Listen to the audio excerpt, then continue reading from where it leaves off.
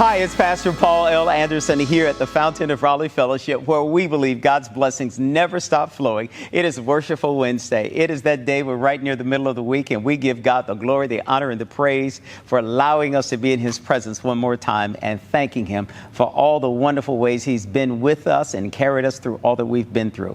Today, I want to take a quick moment in Black history to talk about someone, LeVar Burton. LeVar Burton was born on February the 16th. In 1957. LeVar Burton was actually born in Germany, where his father was stationed as a photographer. You most know him for some of his greatest roles that he has played. In Roots, he was Kunta Kinte, and also he played in Star Trek Next Generation. One of the things that is so interesting about him, we thought he was going to be the host of Jeopardy, but we are finding out that he is now going to be the host of a new show, Trivial Pursuit, as well as one of the producers. It is very interesting to find out that LeVar Burton originally thought he was going to become a Catholic priest.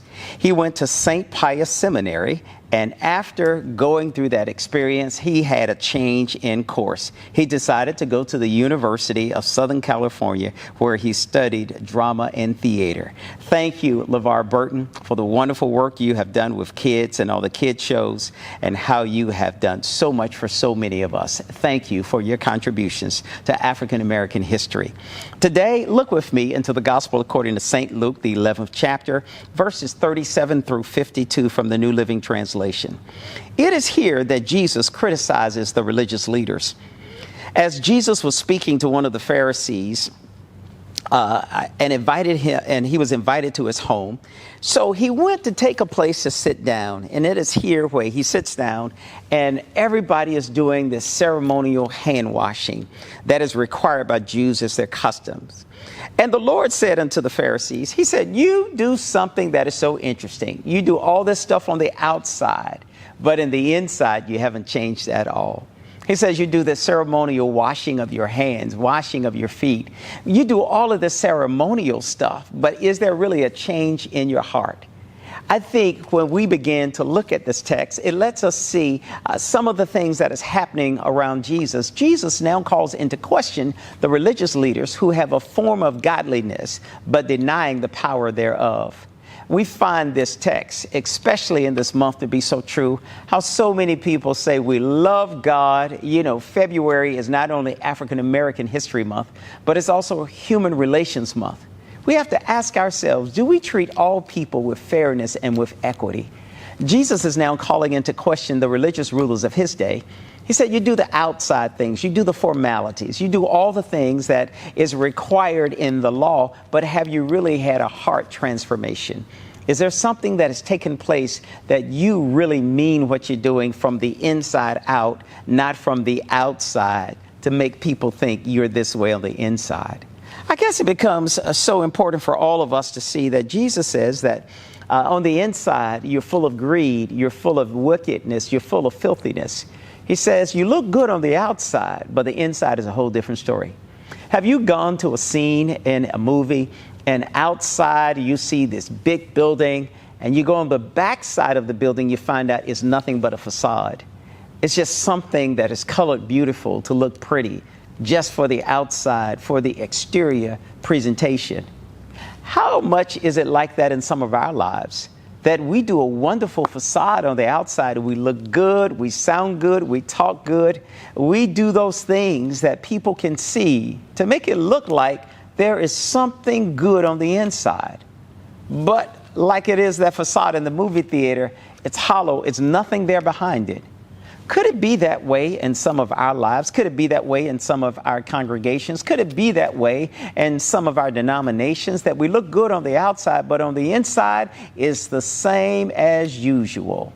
We have to make sure that we have had a transformation, that God has changed us truly on the inside. We do the exterior, but is the inside really changed? The Bible tells us, and Jesus tells us, for out of the mouth you get what is in the abundance of the heart. We must ask ourselves, we must listen to what people are saying. Listen to our elected officials. Listen to those who are running for office. Listen to those who spit out venom, but say they're doing it in the name of God. We must ask ourselves, Is this really God at work? Well, only God can be the true judge for that. But the Bible also tells us that a tree is known by the fruit that it bears. And so in our text today, he helps us to see we must clean the inside as well as the outside. We must give and take care of the poor, take care of the widows, take care of the orphans, take care of the homeless. Make sure we provide everybody with a decent and a common opportunity to live life and to make sure that they know that they are loved equally by God as all of us are, and that we don't give the appearance that we're loved and we're God's favorites and others just fall on behind us.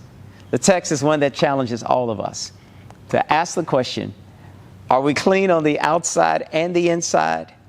And does the inside really reflect what's happening on the outside?